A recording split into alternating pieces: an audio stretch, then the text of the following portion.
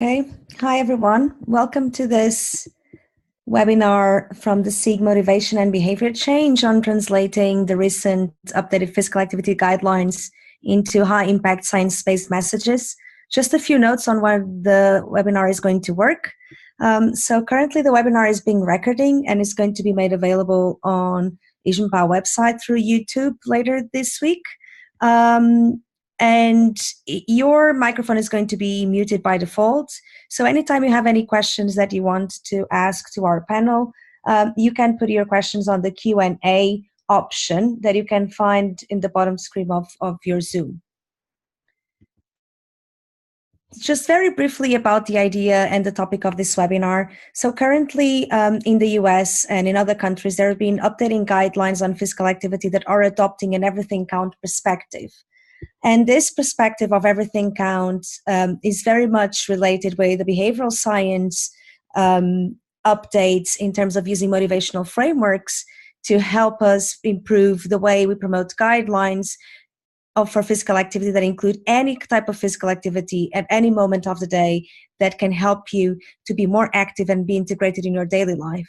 So behavioral science theories, and especially thinking of self-determination theory, are crucial not only to inform these updated guidelines, but also to be used in the way we can improve our messages and the way we frame these guidelines to the general audience. And this applies both to adults and to young adults and children. So before I give word to the panel members, I just want to briefly introduce Michelle Segar from the University of Michigan, who is a director of the Institute of Sport, Health and Activity Research and Policy Center, and has authored the book No Sweat, How the Simple Science of Motivation Can Bring You a Lifetime of Fitness. Michelle was the inaugural chair of the United States National Physical Activity Plans Communication Committee and the co-PI on the National Physical Activity Communication Study with the Frameworks Institute. She has a lot of experience investigating messages and methods that motivate sustainable physical activity as a researcher and as a behavior coach. Thank you, Michelle, for being available to this webinar today. Tony Okely is a senior professor and director of research at Early Start in the University of Wollongong in Australia, and his research focuses mainly on physical activity and sedentary behavior for children. Tony has led the research team that developed the recently updated guidelines in Australia for the 24-hour movement from 0 to 5 years old and for children and young people. He has also been involved in the guideline development group for the WHO guidelines on physical activity, sedentary and sleep behaviors in children under 5 years of age that was just published a couple of days ago, and the South African 24-hour movement guidelines, as well as the UK physical activity guidelines for children under 5. Again, Tony, thank you so much for your availability. Your vast experience in the guidelines for children will be very useful for this webinar. Michelle, whenever you want to start your presentation, you can share your screen. Thank you. Oh, hold on. Let me go back to that and share my screen. Let's see here. Share. Okay. And now I'm going to go into just start my presentation.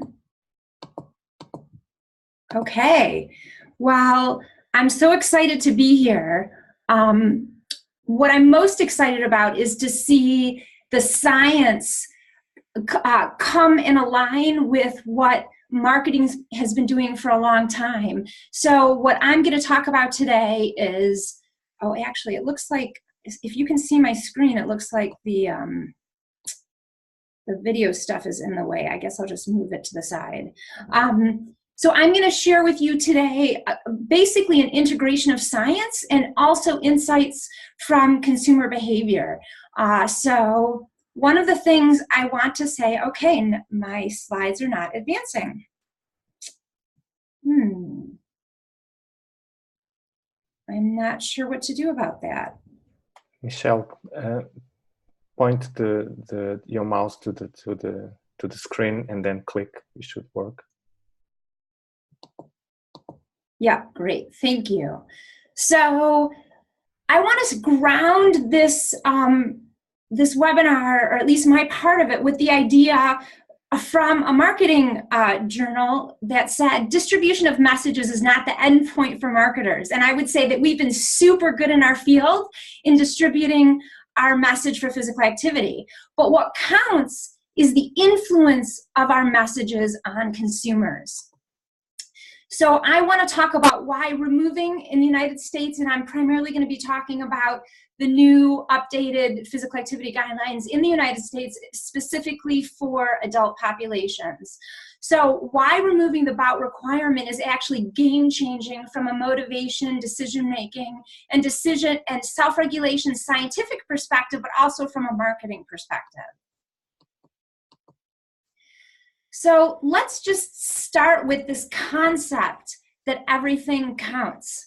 And I want to let you know that because of the motivation and decision-making science, I've actually been using this message for over about 25 years. So I was really excited when the physiological side of the science started to align with this idea. And I'm going to share some of the things that I've learned along the way from using this message with my coaching clients. So let's start out from a motivation perspective. Why might the concept and the phrase even of everything counts facilitate high quality motivation? While many of you here are very familiar with self-determination theory and the psychological needs, and I want to propose that this notion of everything counts supports relatedness.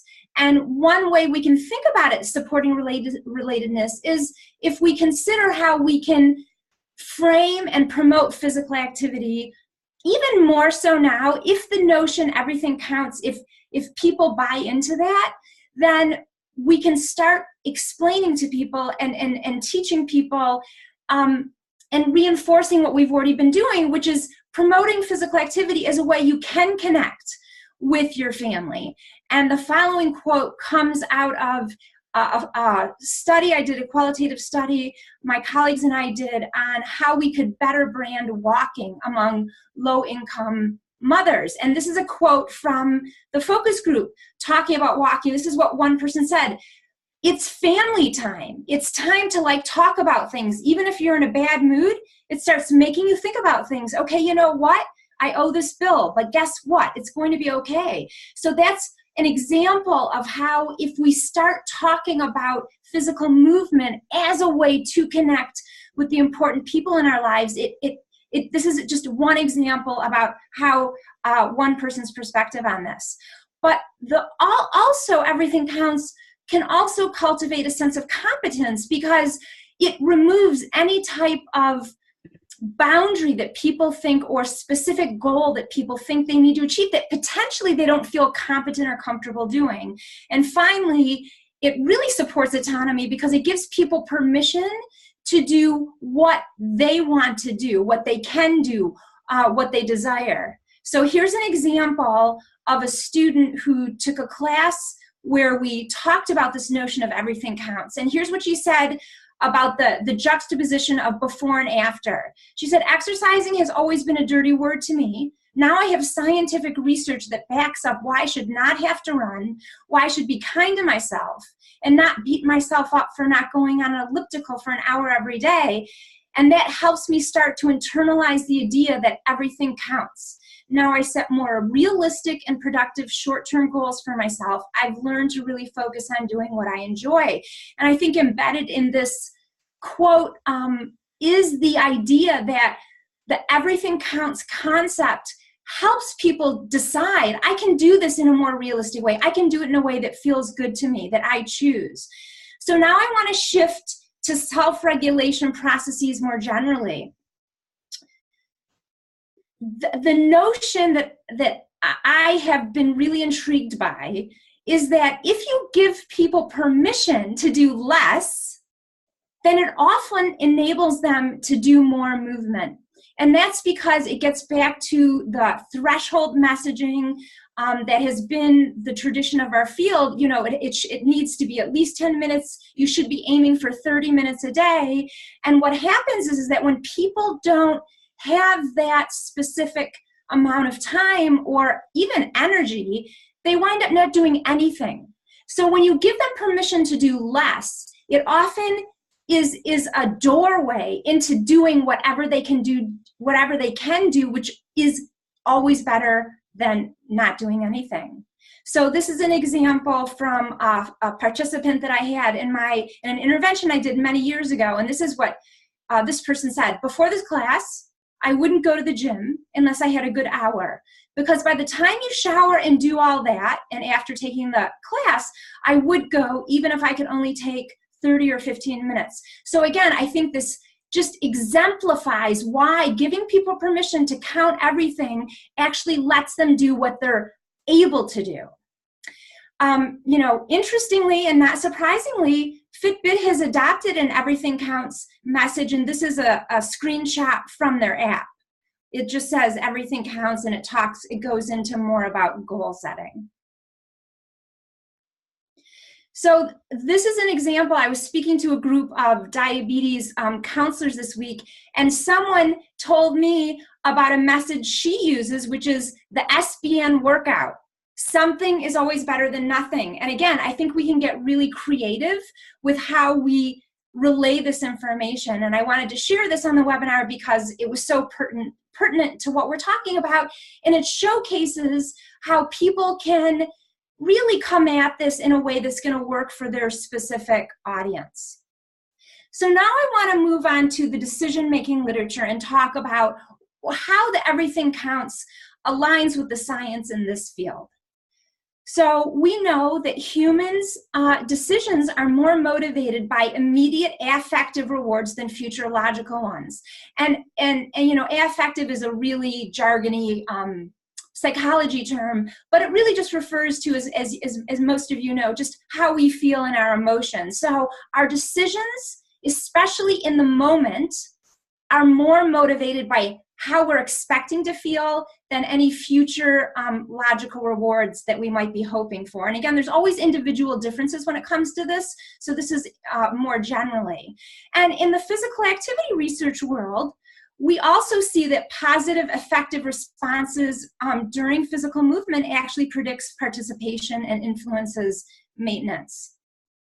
So, and this, what I'm going to talk about now, really reflects some more emerging research in this area. So when you ask people who exercise why they do it, they often give you a future reason. I want to be healthier. I'm trying to avoid, the disease that's in my gene pool. But in fact, research shows when they assess conscious, delayed future reasons for exercise and immediate, more unconscious reasons, that actually it's the immediate unconscious rewards from physical activity that are driving persistence over a 3-month period. So I think this newer research into implicit processes is really going to help our field a lot. And now to jump into a really more specific focus on marketing and branding of physical activity, which is really what we're talking about. How do we take really many bodies of science and how do we convert that into really compelling and persuasive messaging and frames for our target audience? So in a nutshell, the frames we use for physical activity and the concepts and even the very specific words we use actually brand it. And branding refers to a process, it's an associative process that aims to instill certain beliefs, feelings, meanings about a particular product and service. And whether we've liked it or not to this point, our field has branded physical activity in a certain way. But with this new updated guideline that everything counts, and because it opens the door to everything, it also opens the door for our branding to really leverage affect in a more concrete way. So to give you an example of how branding, how influential it is, I want to show you 2 different ways of branding a specific concept in physical activity. And about 10 years ago, a group came to me in California, a community, and they wanted to create a walking campaign. And so this is what they were very excited to do. They were very excited to ask people to pledge 20 minutes of walking every day. But through our conversations, and they're learning more about how marketing and branding works, you know, it was realized that asking people to pledge might feel like another should on your list to do, and instead, how could we reframe it in a way that would make people want to walk? And, you know, the notion of Celebrate 20 came up. So look at these two ways of framing walking and consider how they differentially influence the meaning of it and whether people will desire to do it and be more likely to fit it in to their day, because it's often a choice, and whether people fit consistent physical activity in is going to be determined by how relevant and compelling, and I dare say pleasurable, they perceive it to be. So on the US side of things, out of the CDC, with the new updated guidelines, has come the new Move Your Way messaging and campaign. And, you know, I think this campaign really embodies autonomy, right? I mean, you can't get more autonomous than giving people permission to move in their way. So I wanted to showcase that this is a new campaign that has started in the United States with the release of the new PAG in November. But to also think about how we can frame it for people, this quote comes from our focus group, and let me just move this so I can read what it says. This is from a more active person. This person said, I always feel better. It's like a release for me. I don't even see that as exercise. So consider the notion that we can brand movement as a way people can release stress of daily lives, and how that is game-changing compared to exercise as medicine, for example, or, you know, getting a certain dose every day. Sorry. So as I'm talking about marketing, I want to showcase some wisdom from Seth Godin. He is an internationally renowned marketing guru, and here's something he wrote. It was a couple years ago that I think is really relevant to our field. If you want to motivate people to strive for a future-oriented goal, you need to figure out how to convert it into how it feels right now. Instead of future health, weight, I think as a field, we really need to start rebranding movement in ways that we can help people appreciate how it's going to improve how they feel. And of course, the messaging and the terms that you use is going to be dependent on the populations you're working with and what is going to most resonate with them. So consider ice cream and the experience of ice cream. You know, typically when you go to get gelato or ice cream, you have so many delicious options to choose from, and that's how we consider it when we go there. Well, you know, why don't we think about movement in the same way? Why don't we offer it up to our population and our communities in ways that showcases not, you know, a rule, but wow, look at all these options. And it's all of these things that you can choose based on what you need and can fit and work right now. So just like a young child feels as they're contemplating and anticipating what flavor they feel like eating today, even though my son tends to always like the Superman, we can do the same thing with physical activity. We can frame it in ways that asks people to start to wonder, which physical activity experience do I feel like right now? So as I'm getting to the close of my part of this, I propose that we rethink physical activity frame and communication to the population, and that this new bout removal really finally gives the world permission, or at least the groups that are going to follow the bout removal in their guidelines, to do things differently. The one thing I do want to say is, you know, I've been coaching people in this process for about 25 years, and it's really astounding to learn that, you know, grown-ups really need permission to do things differently, but I have found that adults really do need permission from the science to count everything, that people do have trouble giving themselves permission to count lower intensity activities like walking. So keep that in mind as you think about going forward, that it's really important not to jump into the messaging, but to also include some type of education or update that our recommendations have changed. So as we think about how to do this maybe in a healthcare setting, this is a formal, typical prescription pad in a healthcare situation, for example, in the United States. How can we change a prescription in healthcare, for example, to leverage both the everything counts concept, but especially get people hooked into the affective benefits and reasons for moving their bodies? And this is an example right here, a choose to move prescription pad. And the way this works is that you focus first on what experiences might you like to have from physical activity, because that's the lever of daily decision making, is positive affective experiences, even if it's just the belief and the recognition that they're taking care of themselves. Because of course, physical activity doesn't feel pleasurable to everyone. It can be painful for some people, but you want to figure out a way that people can feel positively about it, even if it's the act that they're taking care of themselves in the moment. And after they choose a positive affective reward from movement that they want to achieve, then you ask them which type of physical activity will deliver that. So we get people to choose the movement based on what they want the movement to deliver for them. And the other thing that's interesting, and again, this is, there's going to be variability with this, but research shows that when you tell people to expect that they're going to feel good being active, that it actually results in more positive experiences. So there's psychology behind the notion that we can start to talk about it as a release, and that or a gift, and that actually can help shift people's mindset about this.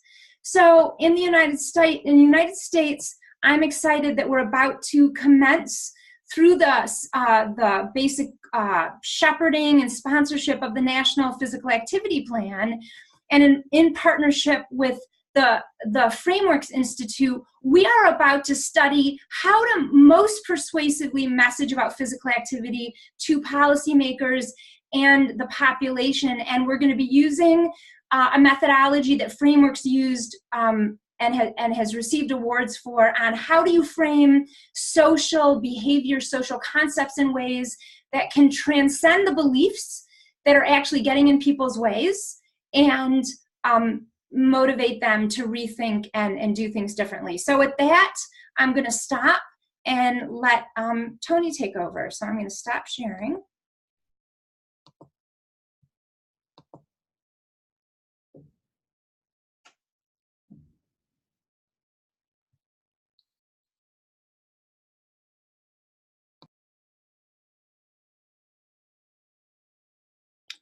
Thank you, Michelle. So I'm hoping everyone can see my screen and hear me. What I'd like to do now is to look at how other countries have framed their physical activity or 24-hour movement guidelines and the messaging to promote those. And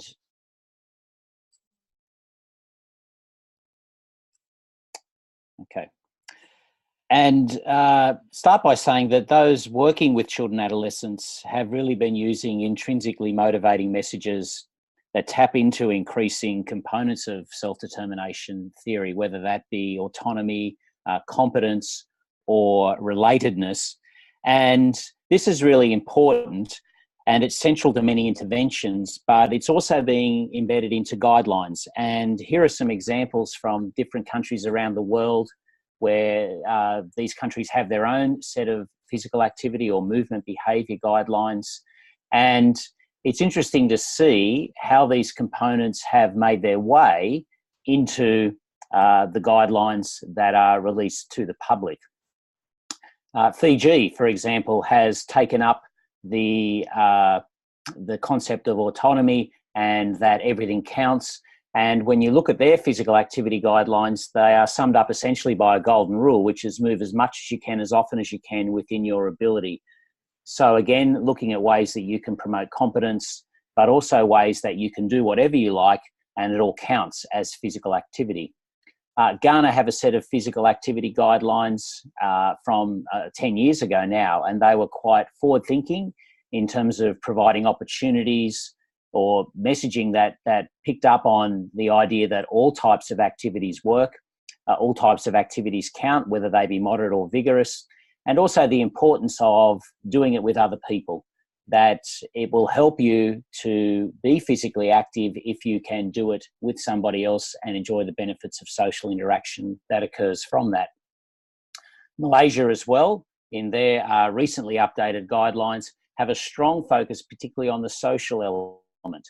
So this idea that physical activity not only will have physical health benefits, but will also provide social benefits. And in their guidelines that have a particular focus on those with special needs, they even bring this whole idea of relatedness into that. So when trying to set advice around promoting physical activity for those with special needs, they talk about setting specific goals, and then they talk about one of those goals being to help make and keep new friends. China, in their first guidelines for preschoolers for physical activity, have talked about 3 factors in particular, and each of these relates to self-determination theory. So this whole idea that something that's pleasurable, again, finding something that you enjoy, something you can choose, something that you prefer, doing it to develop your competence or your motor skills in this case, and then the idea that these activities do provide a good opportunity even for young children to make friends, to be part of a team, and to be able to enjoy that relatedness aspect. And even here in Australia, our recently updated guidelines for children and young people, which were released last month, have as part of the dissemination or messaging materials this idea that anything counts, anything that makes you huff and puff when we're talking about moderate to vigorous activity counts. Lots of opportunities or lots of examples are provided for those who are working with young children, in this case parents and teachers, coaches, etc. And the idea that you can also do it with friends, and so picking up on that relatedness concept. Now, what's common about those ones there is that they're embedded in the guidelines, but you do have to dig a fair bit before you can find them.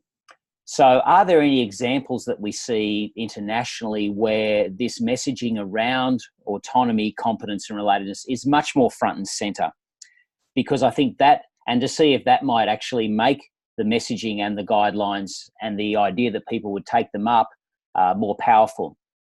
And several examples here that I'd like to talk to. One is Chile, and in their current national physical activity plan, it's very holistic. So when it talks about the benefits of physical activity, it talks about all those things that we've just mentioned: social integration, competency, empowerment, social development, very much so within the initial documentation and then within the guidelines themselves. So these are the guidelines for 7 to 9-year-olds, but they are consistent across all of the age groups.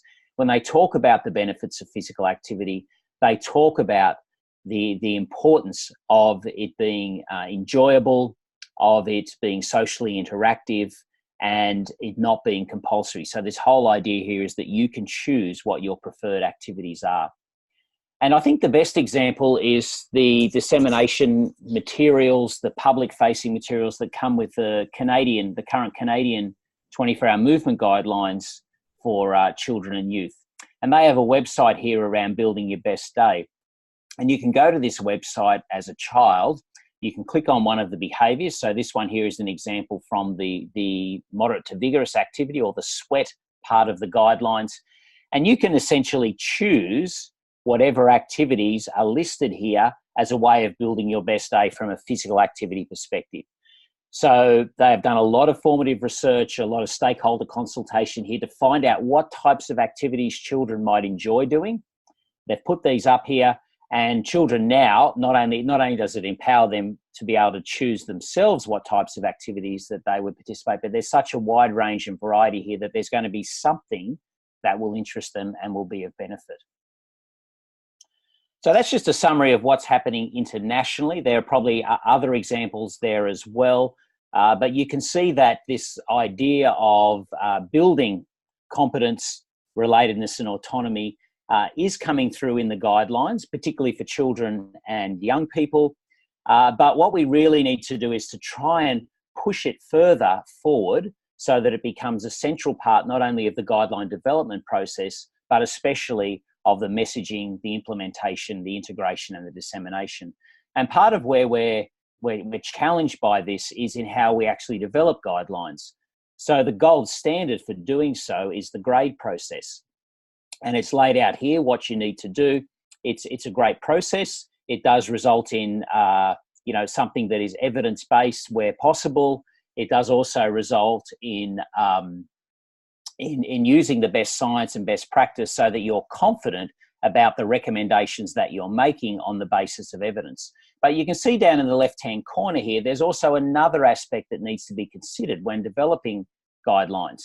And that is to look at aspects that I would say are very important as they relate to self-determination theory. And that is looking at values and preferences, the feasibility, equity, acceptability, balancing up the benefits and the harms. And this is where you can start to integrate the very things that Michelle and I have been talking about in this webinar. But where it's been challenging in the guideline development process is that typically we have very little evidence to be able to use when we try to integrate this aspect into the guideline development process. Most of the evidence that we see here is qualitative, and it's often done afterwards. It's often not representative. It's often done with a small group, and you're relying on very, very weak evidence to be able to integrate this component into the guidelines.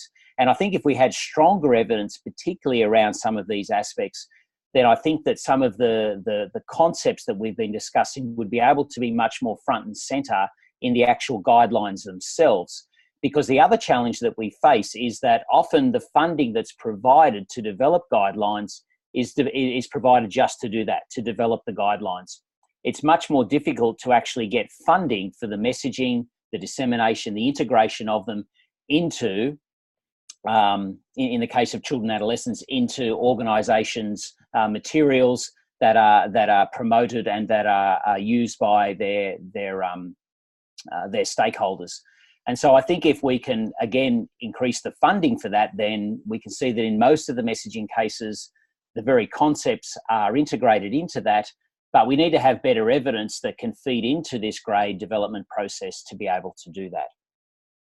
And finally, I'd like to finish with some new developments in the area of guidelines around the world. And certainly the past 3 years has seen a paradigm shift in how we think about movement behaviours, physical activity, sedentary behaviour, which includes screen time for children and young people, and sleep, and their relationship with health. And rather than considering these relationships individually, we're now able to look at them in association with each other.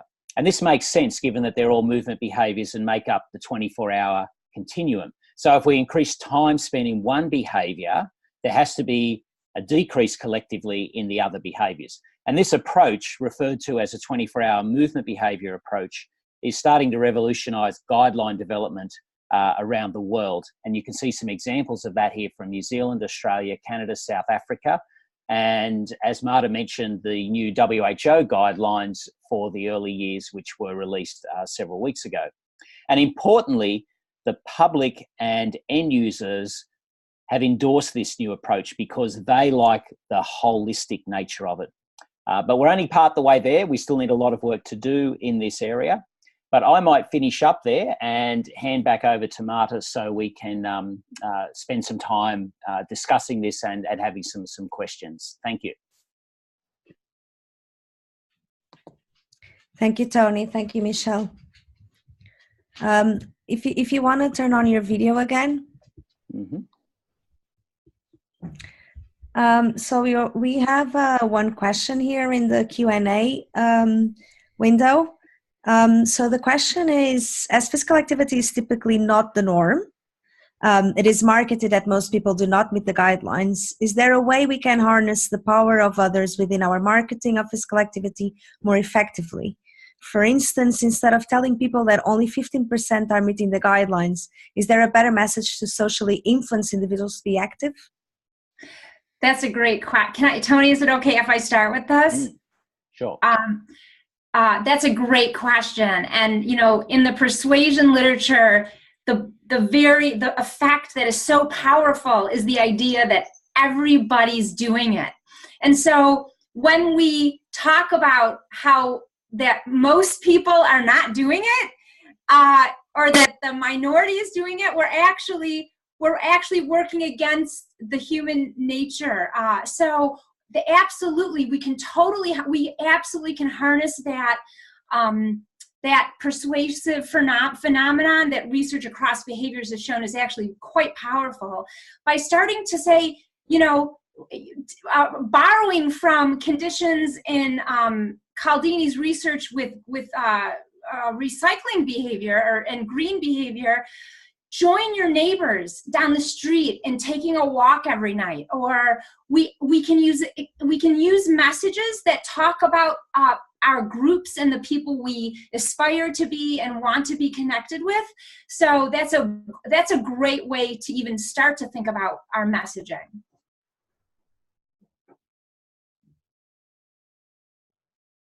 Tony, do you want to add to that? I would just add to that. So back to my first slide, I think that when you look at some of those intrinsic motivators there, I think trying to focus on those, of which you know, social interactions is one of those. So trying to talk more about some of those process motivators rather than you know, how many people are meeting the guidelines is very important in terms of motivating more people to be active.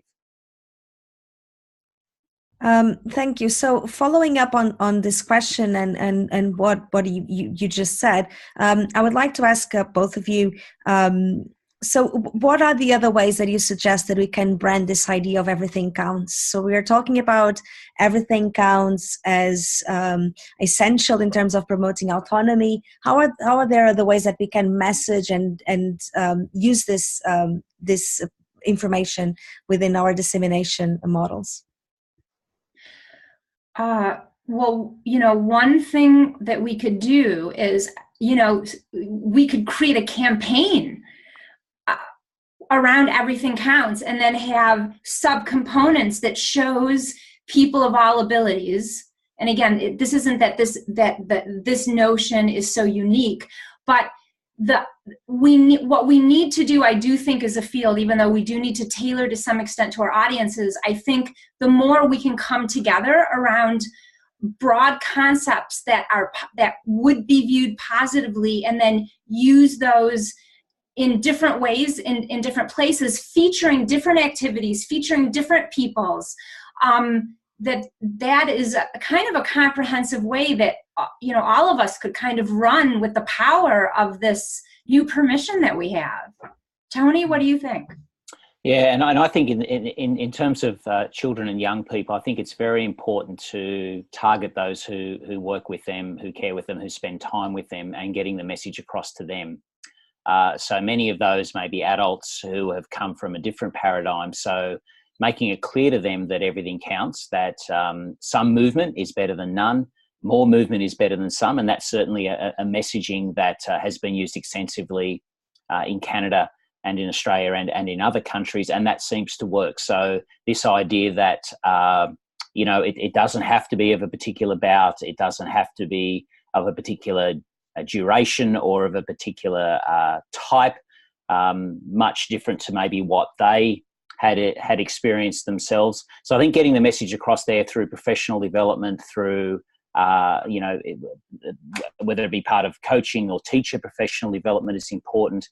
And then I think for children as well, just to have an understanding of all the different types of activities that can be participated in, and for them to have, just like we saw in the Canadian website, that there are many activities that can be done.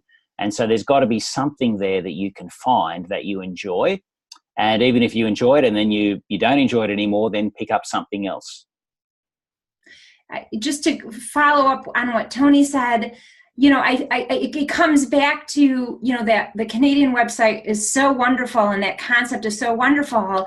If we explicitly talk about this in kind of a menu way, as the Canadian website does so well, for kids and for adults, we just change the thinking. It's not yes or no, it's what and which. And, so simply by starting to frame it in different ways, especially for adults, I think there's been much more. I think the children marketing of physical activity to kids around the world, is really leading the adult population in some very nice ways. Mm. And then I think associated with that is we obviously need to have systems and environments that support that. So it's one thing to be able to say, here are the different activities you can do, but you need to be able to make them possible for children and adults to be able to do. So we need supportive environments, we need supportive systems, policies, etc. Absolutely. Tony, following up on that, you mentioned in your presentation the limitations in terms of funding that exists for the dissemination of the guidelines and for the dissemination of these messages. Would you like to expand a bit more on that in terms of what can we do as researchers to start promoting that? Yeah, so I think we need to advocate much more for messaging around the guidelines. All the things that were mentioned today. So again, if I take the example here in Australia, but it's also consistent with other countries, we're able to find funding to develop the guidelines, and that's a very important step. But it takes a lot of funding to actually properly disseminate those, integrate them into existing systems, have an implementation strategy, and the funding to be able to support that. We're talking about several $1 million here, at least over a period of time. And it's very hard to actually get the funding for that. But the evidence is clear that these mass media campaigns, that having properly disseminated, integrated guidelines can be a huge benefit. They are very cost effective. They are the best buy, or one of the strongest best buys in terms of investments to promote physical activity. So we need to make, I think, this area much more front and centre of what we do. And we have to lobby governments and those that have the resources to be able to support this, to say that this is just as important a part as developing the guidelines, because we don't want to just have the guidelines but nobody use them, nobody know what they are, and nobody follow them. So I think that's part of what we need to do into the future, to be able to ensure that all the things that we've spoken about today gets taken up and gets implemented. Can I add one thing to that? Sure. So, the National Physical Activity Plan here in the United States has decided just that I'm really excited and proud of this, that the notion that we have spent so much money showing how beneficial physical activity is, who knows, more than $1 billion, I don't know what the figure is, but the idea that if we can't figure out how to close the gap between people understanding and knowing what the benefits are and finding them relevant and compelling enough, and also, the safe streets and the right environment, that is such a core piece.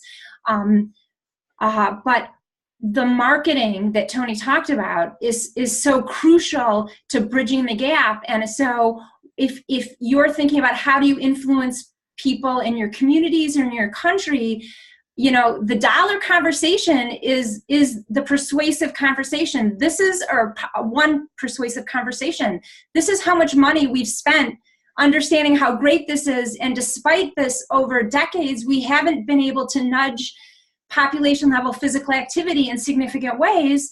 We need to take a step back from our goals and think about, where can we learn how to do this better? What do advocates do? What are their processes? What do marketers do? So I think in a way we kind of have to do a bit of a brain shift as we think about how to do this, but there are models and templates that can help us do this.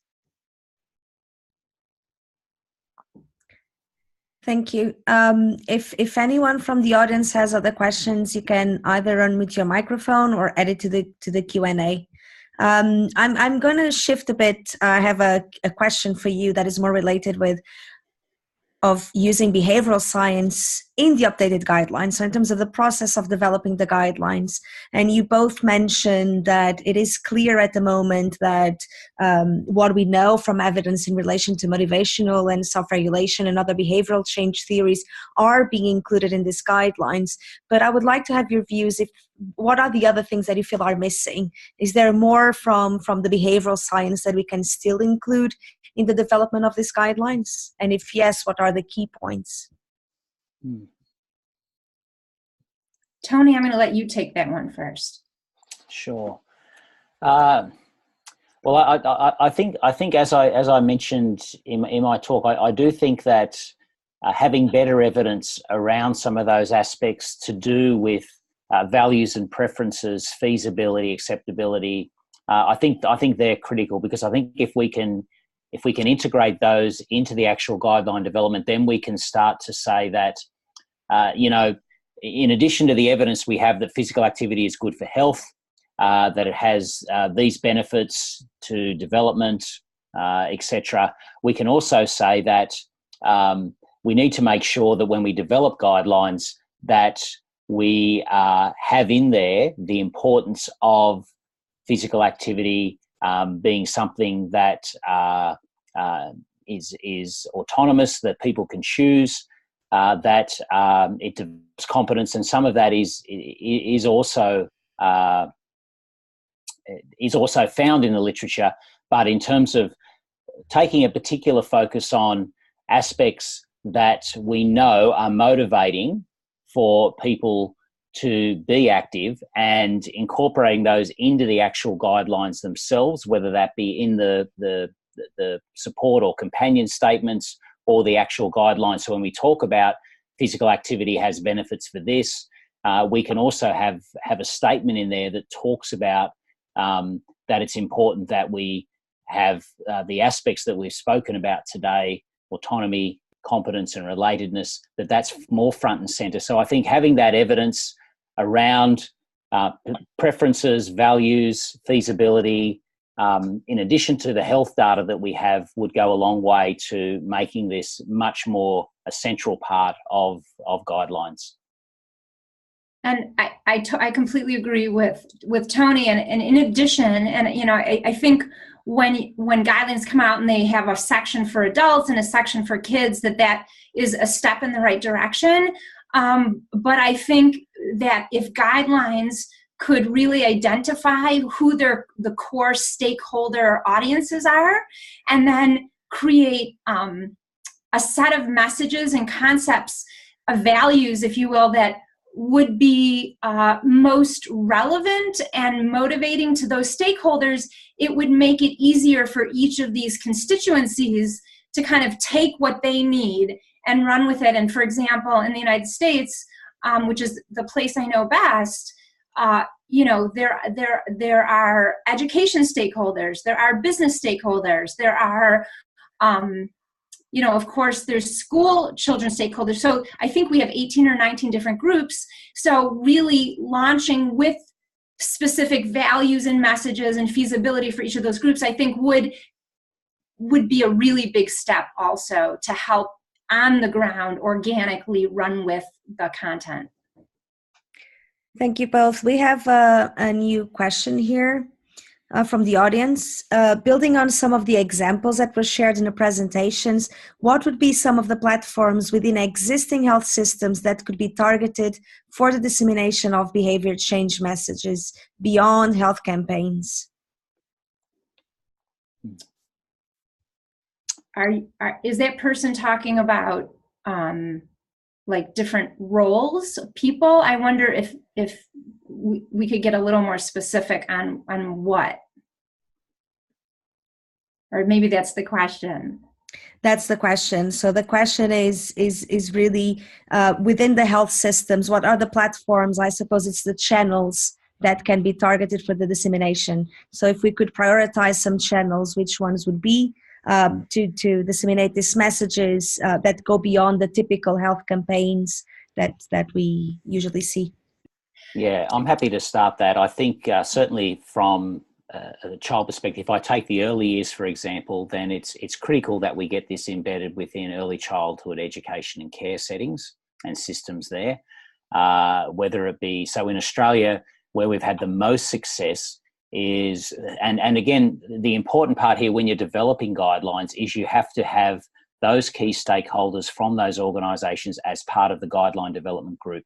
So you have to have those end users involved right from the start. And so we were fortunate to be able to get our regulatory authority in Australia, and they're responsible for setting quality standards for all early childhood education and care settings. So having them part of the guideline development process and getting them to see the importance of, in our case, 24-hour movement behaviours meant that they were able to go back and they were able to tweak their national quality standard and to have professional development that specifically focused on the new guidelines. And that then got integrated into resources, into messaging that went out to all of those who were involved in early childhood education and care across the country. And you know, that to us is a great example of how a system has been able to take up the guidelines and embed them into their current practice. And I think it all resulted from having them as part of the guideline development group and having them as an integral stakeholder in this. So not only just early years, but I think also with children and adolescents, you really do have to work with education systems. Mm-hmm. You have to work with teachers, you have to work with coaches and with sport development. And you have to ensure that this is not only part of their professional development and training, but you have to get those key stakeholders on board and get them to own the guidelines and get them to say, okay, this is something now that we want to take back and we want to make sure that it's integrated into what we do because they know their systems best. And, you know, in the United States, there are, I know of a couple of big health systems that, have exercise as a vital sign and integrated into the electronic medical record. So it's part of the system. And, but going to the next level, I think what we really need is we need to train clinicians and maybe find the right point role. What is the right type of clinician who could be trained to deliver an exercise counseling session in a way that is going to leverage the science of motivation and decision making rather than the convention to focus on health. So I think this question as it relates to healthcare, especially in the United States, is particularly pertinent and poignant right now. Thank you. We have one more question, and it will be the last one of this webinar as we are running out of time. I'm going to read it. Our discussion has been around individual conscious psychological factors. What about less conscious approaches and behavioral economics, nudging, and environmental issues? So, I think that in many ways the unconscious will follow these more conscious intentions and approaches. The environmental nudges, I think are relevant too, but from an individual motivation perspective, if there's a nudge there or if there's an opportunity to move, but the person either feels like exercise is a should because they don't feel autonomous about it, or they simply don't want to do it, the nudges won't work as well as if we create a different group consciousness around these other meanings of physical activity. So it's not that the environmental nudges are not relevant, but they could be more effective if people had internalized, the autonomous part of self-determination theory, if people feel competent. So I do still think we need to change the explicit meaning of physical activity, because that's going, again, this is from my perspective with adults, that's going to